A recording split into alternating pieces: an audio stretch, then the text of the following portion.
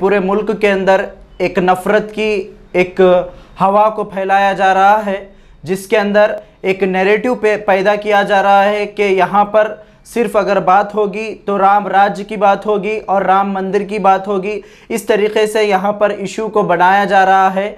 लेकिन आजकल के जितने भी नौजवान हैं और आजकल के जितने भी न्यूज़ चैनल्स के ज़रिए से जो लोग भी देख रहे हैं, उनके भी जहन में ये नैरेटिव पैदा हो चुका है कि यहाँ पर मस्जिद क्यों, बल्कि उसके जगह पर कॉलेज बनाया जाए, उसके जगह हॉस्पिटल बनाया जाए, उसके जगह राम मंदिर बनाया जाए या तोहफे में राम मंदिर दिया जाए। इस तरीके से कहा जा रहा है। ये सबसे बड़ा क्वेश्चनेबल है। ये आप देखिए 1948 में जब आज़ादी मिली, आज़ादी के बाद 1948 में जब प्राइम मिनिस्टर ऑफ इंडिया जो नेहरू जी थे, उन्होंने पहला लेटर डिस्ट्रिक्ट एडमिनिस्ट्रेशन को लिखा था अयोध्या के, जहां पर इन्होंने ये लिखा था कि जो इलीगल मूर्तियां मस्जिद में रखी गई है उसको निकाला जाए।